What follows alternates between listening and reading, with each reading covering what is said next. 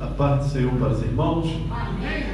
Queria convidar os irmãos a abrirem a palavra de Deus no Evangelho de Jesus Cristo, segundo escreveu Marcos, no capítulo 2, no versículo 5. Evangelho de Jesus Cristo, segundo escreveu Marcos, capítulo 2, versículo 5. Foi até falado aqui de manhã hoje no nosso estudo. Amém? Os irmãos acharam? E diz assim: e Jesus, vendo-lhe a fé, disse no paralítico: filho, perdoados estão os teus pecados. Amém? Os irmãos podem se sentar, louvado seja o nome do Senhor. Hoje é culto de ação de graça, né? Me desculpem, eu não sabia. Me perdoe em nome de Jesus. Mas a maior definição de graça que me ensinaram foi o meu professor, o pastor Celso Alves. Uma vez ele dando aula, ele nos ensinava sobre a definição de graça. E a definição de graça que ele nos ensinou, para mim foi uma coisa fantástica. Ele retratava de um fato que o pastor ele sentiu falta de um grupo, de um jovem na igreja. E ele, digamos, onde é que está o Marcos? O Marcos sumiu. Eu não tenho visto mais o Marcos na igreja. Ah, pastor, o Marcos ele mora lá naquela comunidade. Ah, então eu vou lá visitar o Marcos para saber por que o Marcos não está vindo para a igreja. E ele foi. E quando ele chegou na casa do Marcos e foi visitar o Marcos, perguntou ao Marcos: Marcos, por que você sumiu da igreja? E o Marcos respondeu para ele: ué, pastor, é porque eu não tenho sapato. É mesmo, mano? Você não está indo para a igreja porque você não tem sapato? Ele disse: pois é, pastor, eu não tenho sapato. E o pastor respondeu para ele assim: se eu comprar um sapato para você, você vai para a igreja?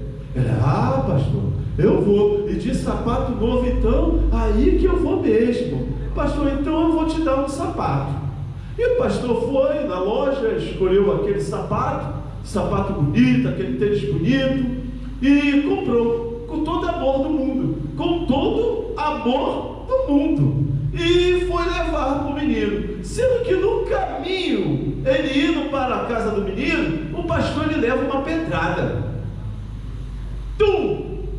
Toma aquela pedrada na testa, cai no chão, fica desmaiado, e socorre o pastor, e levanta o pastor. E pastor, onde é que você ia? Eu ia na casa do Marcos, na casa da irmã Maria, para mim poder visitá-lo, levar o presente dele. E eles pegam o pastor daquela forma e levam o pastor para a casa da irmã Maria, da casa do Marcos. E o pastor, a mãe: ô pastor, o que você faz aqui, pastor? Se eu aqui por aqui, olha o que aconteceu. O senhor não sabe como isso aqui é muito perigoso, pastor. E o pastor: pois é, minha filha, eu tinha prometido para o Marcos que eu ia comprar e dar o sapato a ele, e eu vim cumprir. Cadê ele? Aí ele está aqui. E de repente avisaram a mãe do menino: olha, quem deu a pedrada no pastor foi o seu filho, foi o Marcos. Foi o Marcos que fez isso. E o pastor então ali, e de repente a mãe do menino vira para o pastor e fala: pastor, olha, antes do Senhor saber, antes do Senhor dar o sapato para o Marcos, o senhor precisa saber de uma coisa: quem deu essa pedrada no Senhor foi ele, foi o Marcos. E ele parou, pensou, olhou e falou: olha, Marcos, você não merece ganhar esse sapato, não. Olha o que você fez, mas eu vou te dar esse sapato de todo o meu coração. Então a maior definição de graça é isso: é dar o que o outro não merece. Aleluia! E foi o que Cristo fez por nós. Mesmo nós não merecendo a salvação, mas Cristo derramou o seu sangue na cruz do Calvário, para que hoje nós pudéssemos estar aqui, louvando e bendizendo o nome santo do Deus Todo-Poderoso. Então é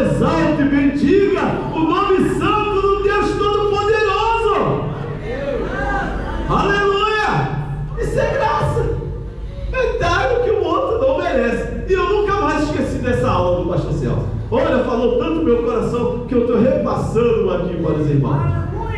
E mais uma coisa também, que eu prestei atenção no decorrer desse culto, foi duas coisas, duas repetições da mesma fala.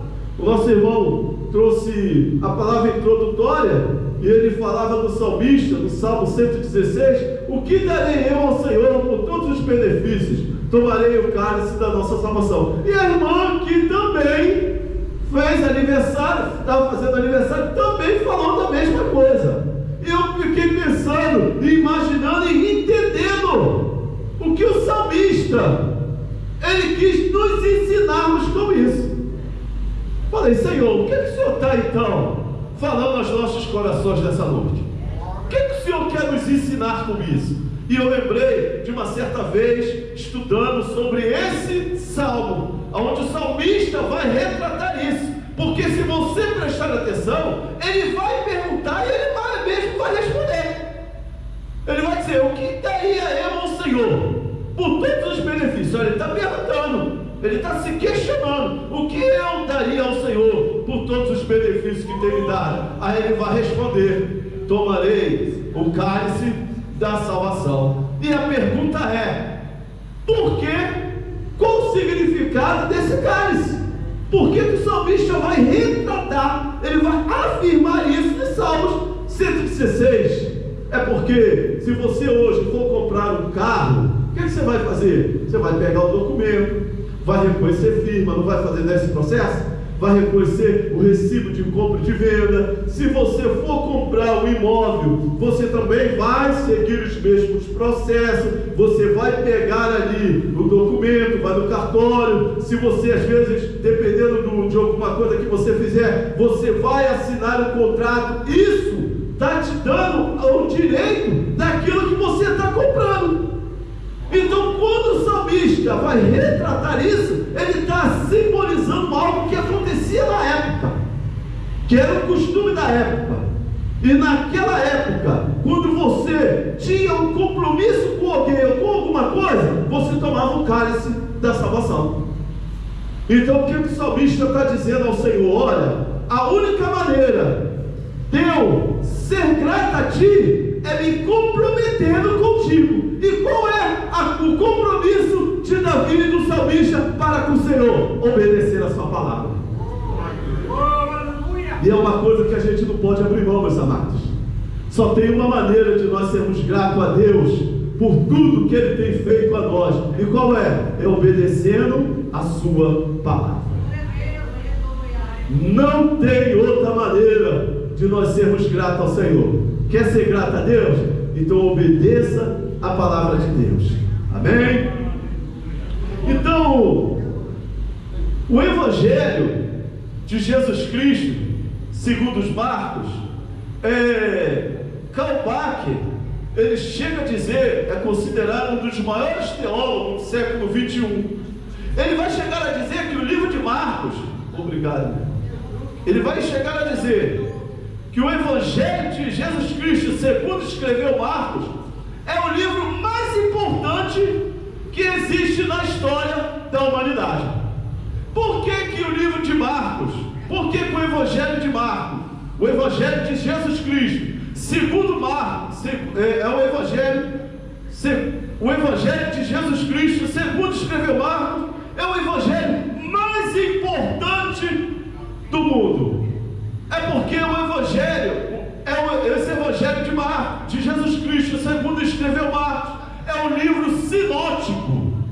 Talvez você esteja se perguntando agora, o que é sinótico? Pensa comigo, se você subir uma montanha, e essa montanha, 4 pessoas subindo diferentemente, cada um vai ter uma visão diferente do lugar aonde ele vai olhar, mas todos os 4 estão na mesma montanha, mas cada um tendo uma visão de forma diferente.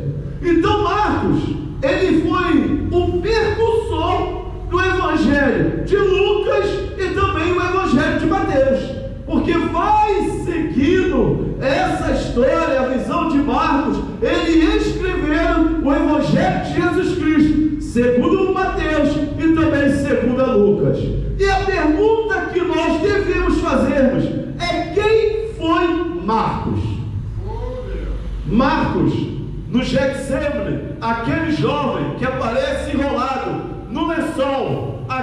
jovem para muitos historiadores é Marcos.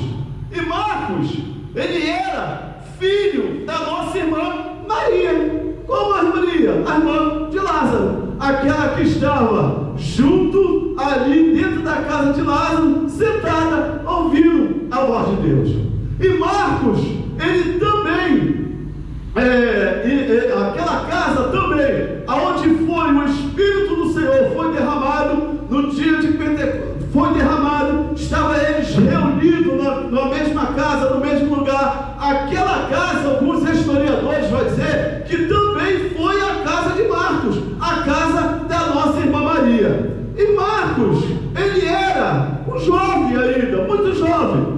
E Paulo e Barnabé, na sua primeira viagem missionária, eles resolvem levar Marcos. Marcos vai com ele, sendo que no decorrer da trajetória, da caminhada, Marcos resolve voltar para Jerusalém, sendo que alguns historiadores vão dizer que teve duas razões para que Marcos resolve voltar. A primeira que eles vão dizer é porque Marcos era muito novo, Marcos era muito jovem. E pensa comigo, eu cheguei a morar ali dentro da, não é discriminando, pelo amor de Deus, mas eu cheguei a morar dentro da Nova Holanda. Você pega uma criança, um jovem, que nunca frequentou um lugar daquele, e joga ele lá dentro, ele vai ficar desesperado. Quando ele começar a ver aqueles homens de fuzil, às vezes amarrando pessoa para executar, ele vai ficar desesperado. Natural, nunca viram aquilo. Então Marcos, ele se depara com a realidade da vida. Ele vai para uma determinada região aonde era muito perigosa, aonde era muito difícil, e isso pode ter causado um medo no coração de Marcos, e ele resolve voltar. Ai meu Deus, eu vou sair daqui, isso aqui não dá para mim não. Olha, vim para esse lugar anunciar o Evangelho de Cristo, não dá para mim não, eu estou voltando para Jerusalém. Então esse pode ter sido um dos motivos aonde Marcos, ele resolve voltar para Jerusalém. Mas também há o segundo motivo que Marcos resolveu voltar para Jerusalém. É que Paulo e Barnabé, quando vai na primeira viagem missionária, Barnabé era o líder, era o responsável pela missão. Aquela responsabilidade de visitar aquelas regiões e levar o Evangelho de salvação estava sob responsabilidade de Barnabé. E Barnabé, ele era primo de Marcos.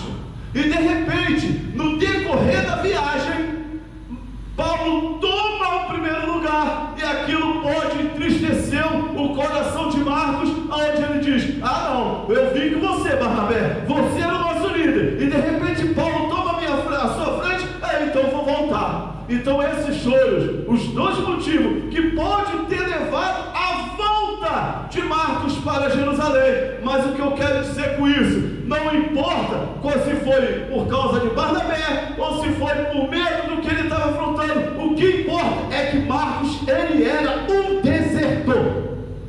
Era tipo aquela pessoa que em certo momento da vida diz que não quer mais servir a Deus.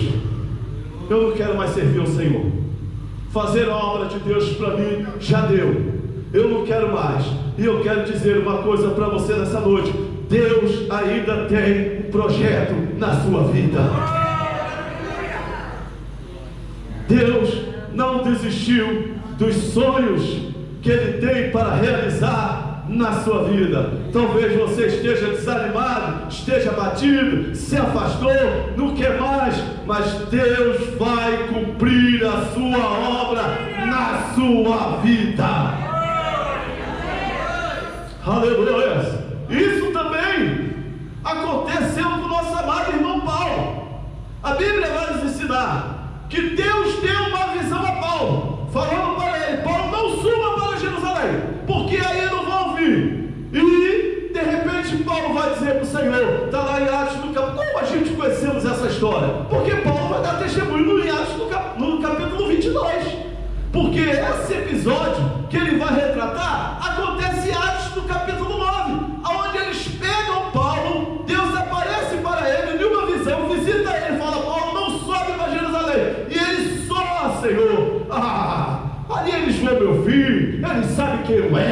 que eu era bravo, eu matava, eu escoteava, eu fazia até, então eles vão até me temer. E a Bíblia vai nos ensinar que até então Paulo sobe para Jerusalém, e o que acontece? A igreja esvazia. A igreja esvazia. Então eles pegam Paulo e arrancam, olha só, Paulo é arrancado, arrastado para o porto e mandado de volta para Tarso. E isso vai demorar aproximadamente 10 anos, até que houve um movimento em Antioquia, e se lembraram de Paulo, e foram lá buscar a ele, para Deus concluir a obra que Deus tinha na vida dele. Aleluia! Oh, Jesus amado, Deus não desiste dos seus. Aleluia! Deus tem um projeto para realizar em nossa vida, na sua igreja, na tua família, na tua casa, no teu esposo, na tua esposa, no teu filho, no teu neto. Deus, Ele vai cumprir promessa que Ele prometeu para o seu povo. Ele que me derrece. Oh, Jesus maravilhoso. Glória a Jesus. Sendo que, se eu fosse dar um título a essa mensagem, eu daria as 4 visões de Deus. Se eu fosse dar um título a essa mensagem que eu estou pregando agora, eu daria as 4 visões de Deus. Primeira visão de Deus. Eu não li o texto todo, porque os irmãos já conhecem, eu também estou igual a irmã, sem óculos fica difícil. E então nós vamos entender que o texto vai falar de um paralítico, aonde 4 homens, carregando esse homem, passaram esse homem pelo telhado e desceram até Jesus. Então as 4 visões de Cristo. Primeira visão de Cristo, ele vai olhar para cima. E o que ele vai ver quando ele olha para cima? Ele vê 4 homens que carregavam um paralítico. Segunda visão de Cristo, ele vai olhar para baixo. E quando ele olha para baixo, ele vai ver um homem totalmente paralítico. E quando Jesus, ele olha para a direita, ele vai ver os escribas e os fariseus, pessoas que ali queriam confrontá-lo. E nós vamos observar que quando ele olha para a esquerda, ele vai ver uma multidão que queria ouvir a voz do Deus Todo-Poderoso. Cadê aqueles que veio ouvir a voz de Deus nessa noite? Aleluia! Que deseja ouvir a voz de Deus nessa noite? Eita, Jesus maravilhoso! Oh, Jesus bendito! Aleluia! Oh, Jesus maravilhoso! Então a primeira visão de Cristo, ele vai ver 4 homens que carregavam um paralítico. Calvino, e o texto a qual nós lemos, vai dizer que tendo Jesus vendo a fé deles. Alguns historiadores, como Calvino, vai dizer que essa fé aqui não agloba a fé do paralítico. Olha que coisa interessante. Não agloba a fé dele. Por quê? Porque em Mateus, no capítulo 9, como Mateus vai retratar esse mesmo milagre de Cristo, ele vai dizer que Jesus, olhando para esse homem, diz: homem, tenha ânimo, porque aquele homem já tinha entregado. Talvez se aquele homem tivesse condição de se suicidar, aquele homem teria feito. Aquele homem estava com a sua alma batida, estava triste, estava desanimado. Viver para aquele homem já não era mais uma coisa interessante, pedia a morte. E Jesus, conhecendo a mente daquele homem, o estado da alma dele, Jesus vai falar para ele: homem, tenha fé, tenha ânimo. Porque tem momentos da vida que a pessoa se encontra nessa condição. Ela se encontra com a sua alma totalmente abatida, ferida, desanimada. E a palavra de Deus para você que se encontra assim nessa noite é: tenha ânimo, porque Jesus está aqui. Ele pode curar as feridas da alma. Ele que me derrece. Aleluia! Talvez você pode ter ido num lugar tal, no lugar tal e não conseguido, mas aqui está aquele que é maior do que tudo e que todos, que é Jesus Cristo, e Ele pode atingir a tua alma na noite desse dia.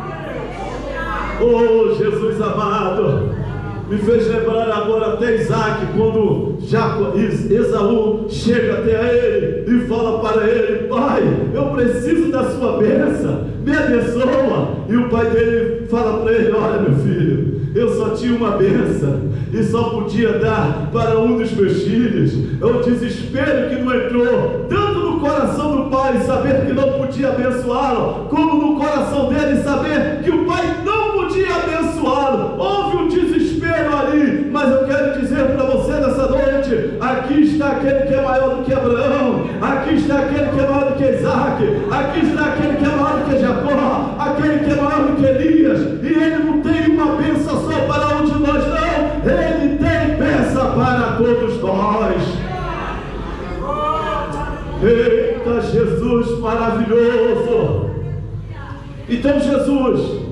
Então Calvino vai expressar isso, vai dizer que essa fé aqui não era a fé do paralítico, era a fé dos 4 homens que carregava ele.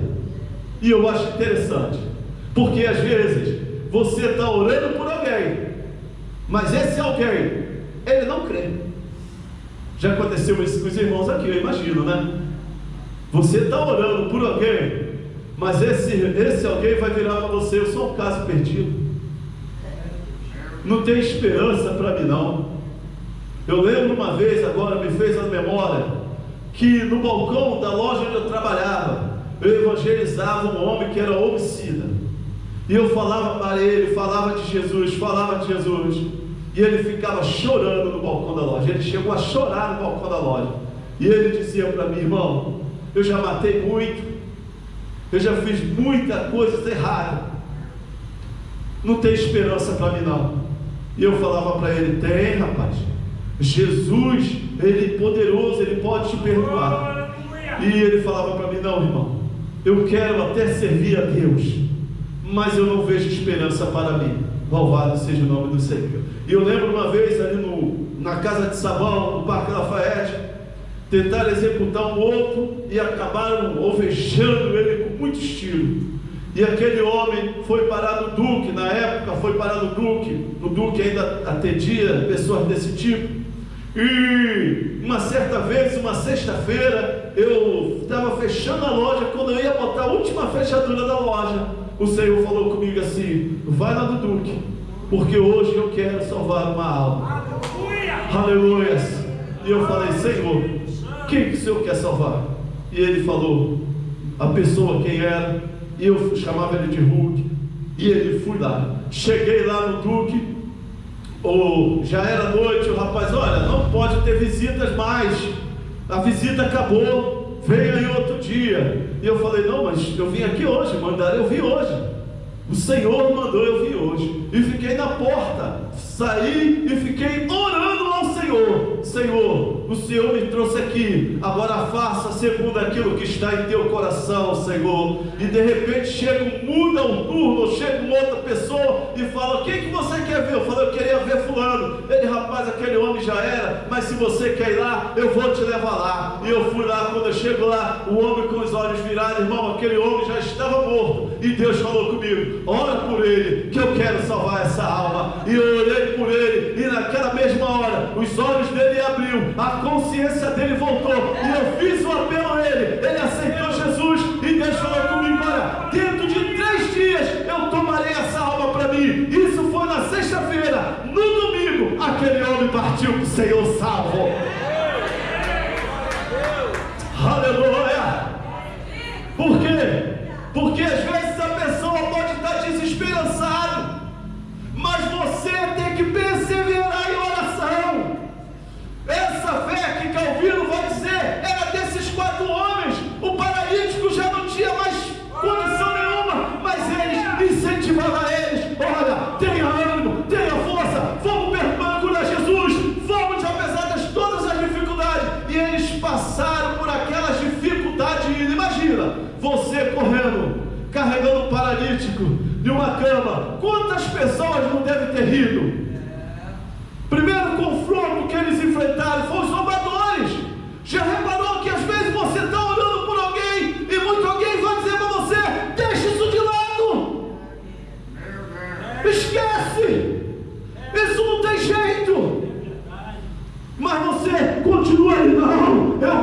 creio que Deus pode transformar as situações.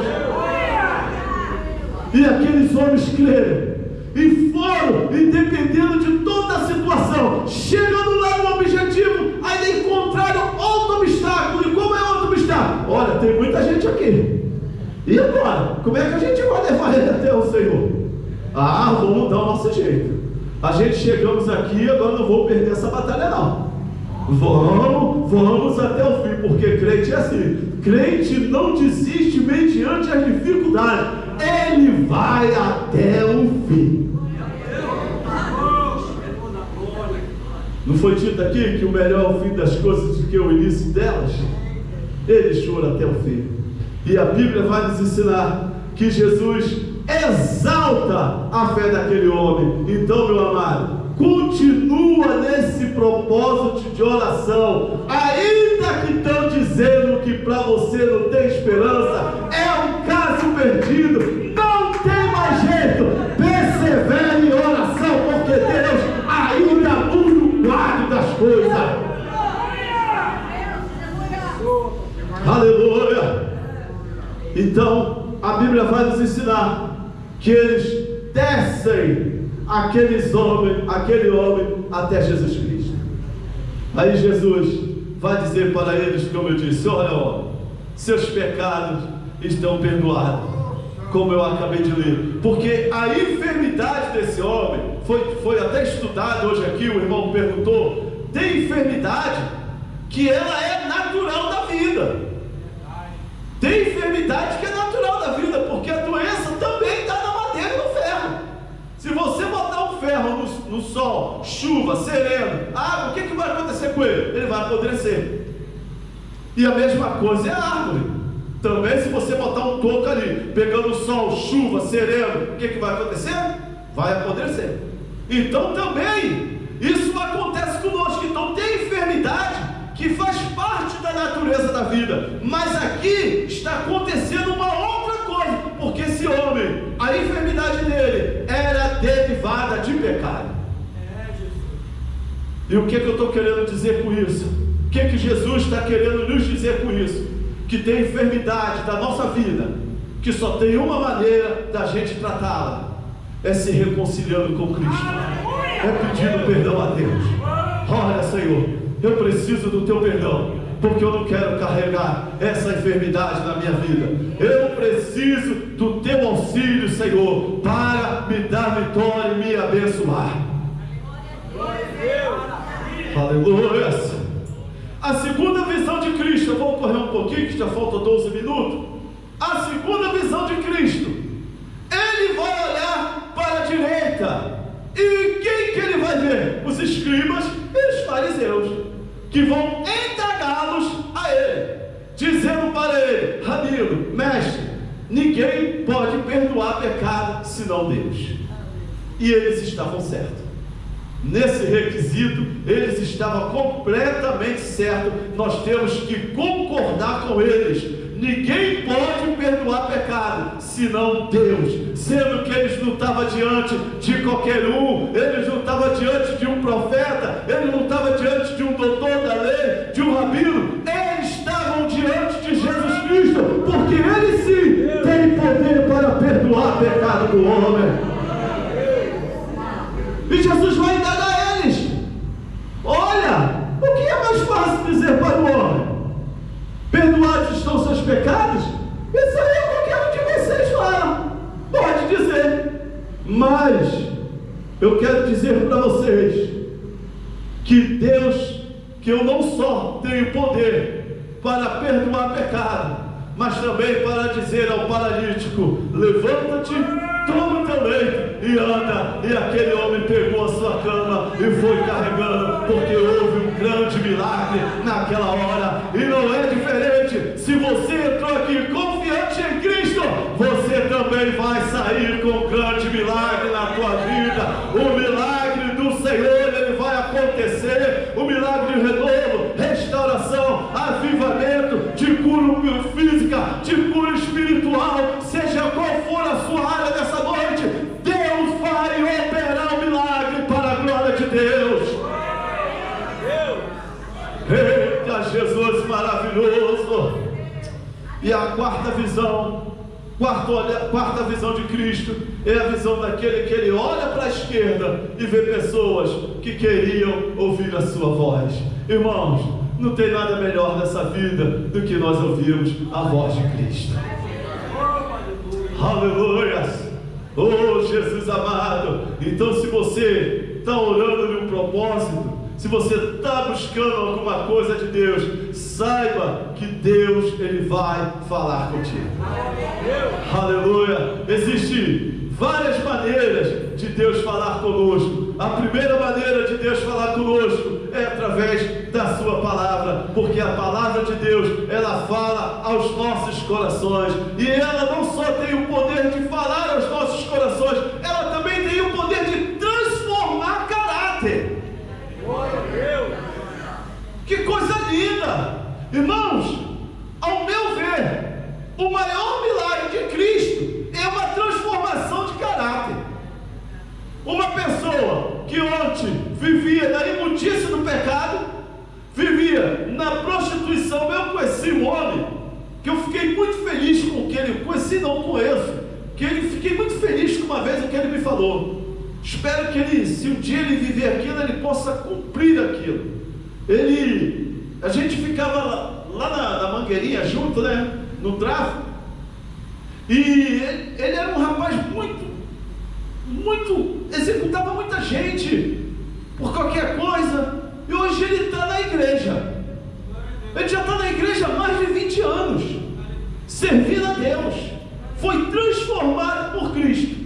Aí uma certa vez, um outro conhecido nosso, que ele tentou executar, o rapaz correu, foi embora, o rapaz voltou, e depois de quase 30 anos, o rapaz veio falar comigo assim, ele me chama de Branco, né? Branco, fulano está mesmo na igreja? Porque você eu já soltei, você eu sei que está mesmo, mas fulano está? Aí eu virei para ele e falei, rapaz, ele está na igreja já comigo há quase 30 anos, que eu conheço mais de 20 anos, servindo a Deus. Deus mudou ele mesmo. Mudou mesmo, porque tu sabe o que houve, né? Eu agora voltei, e eu estava a fim de cobrar aquela situação. Aí eu falei para ele, rapaz, deixa isso para lá, rapaz, isso já passou. Você precisa também ter um encontro com Cristo. Aleluia. Você precisa conhecer Jesus como eu e ele conhecemos, e transformou a nossa vida. E ele falou, eu estou também começando a caminhar para Cristo. Sendo que o outro virou, que está na igreja há mais de 20 anos, virou, e eu vindo da Marambaia, passei em frente à igreja dele, ele me chamou. Eu falei, ei, varão, paz do Senhor. Ele, chega aí. Pô, está ciente que ele voltou? Aí eu já imaginei, rapaz, é só Jesus na causa. Falei, imaginei, rapaz, eu vi, ele veio conversar comigo, mas não falei o que ele conversou comigo, só falei que veio conversando e tal, todo tempo que a gente não se vê. Aí fiquei conversando com ele. Aí ele virou para mim e falou assim, olha, Branco, posso dizer uma coisa para você? Jesus realmente me transformou. Olha, se alguém vier me executar, vai me executar, mas eu não vou mais matar ninguém não, porque agora eu sirvo a Deus, e eu prefiro morrer servindo ao Senhor do que voltar a ter aquela vida que eu vivia. Então o maior milagre de Cristo é a transformação de caráter que Ele faz. Cristo ainda transforma, Cristo ainda liberta, Cristo ainda salva, Cristo ainda leva para o céu. Então creia no milagre de Cristo. Faça como esses 4 homens que carregaram esse paralítico. Ora, mesmo apesar das dificuldades, eu confio em Deus, eu confio no Senhor, e eu sei que Ele tem poder para transformar, libertar, curar e salvar, porque só Ele é Deus. Aleluia! Confie em Deus, meu, e Jesus nos abençoará, e assim eu agradeço a oportunidade em nome de Jesus.